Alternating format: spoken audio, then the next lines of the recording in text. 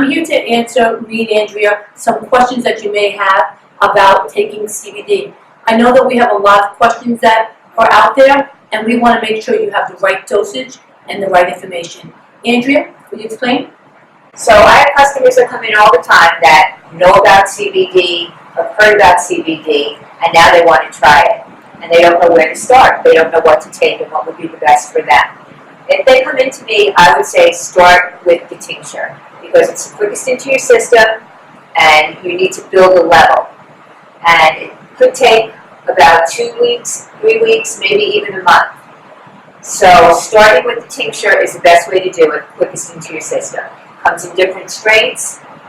Usually I would recommend the extra strength. I think it's about 20 milligrams a day to start is a good starting point. And we do recommend the oils that we carry because they're full spectrum, meaning it's the whole cannabinoid, the whole plant, not just the isolate CBD. Although we also have products that take the 0.3% of THC. Full spectrum means that it has 0.3% of THC.